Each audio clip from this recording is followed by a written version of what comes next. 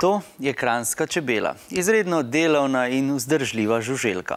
Za liter medu mora preleteti toliko kilometrov, kot da bi enkrat obkrožila svet. Prejšnji teden pa je kakovost medu slovenskih čebel uradno priznala tudi Evropska unija. Tega so še posebej veseli mladi čebelarji iz osnovne šole Dob. Evropska komisija je objavila, da bo lahko med, ki ga pridelajo čebele slovenskih čebelarjev, označen s posebno geografsko oznako slovenski med. Novice so se med poslušanjem, kako prezimujejo čebele, razveselili tudi čebelarji osnovne šole Dob. To se mi zdi super, zaradi tega, ker bo Slovenija potem bolj prepoznavna. In če bo med dober, bomo tudi na geografski karti nas bo vse bolj opažali.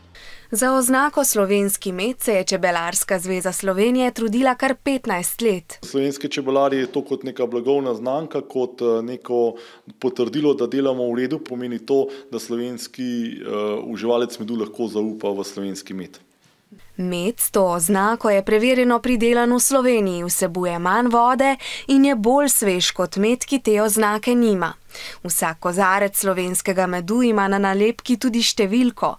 S to lahko preverimo, kdo je ta med pridelal, nad čimer so mladi čebelarji še posebej navdušeni. Zdaj se bo bolj vedeli, od katerega čebelarja je. Višji standardi so in smo jo zelo potrudili, da pride njihov med na tržišče. Mladi čebelarji so prepričani, da bo zaradi geografske oznake slovenski med še bolj priljubljen. Mislim, da ga bo veliko ljudi kupovali, vedno več, ker je pač kvaliteten. Čebelarji bodo vso zimo preverjali, ali se čebele dobro počutijo, da bodo spomladi lahko spet začele nabirati med.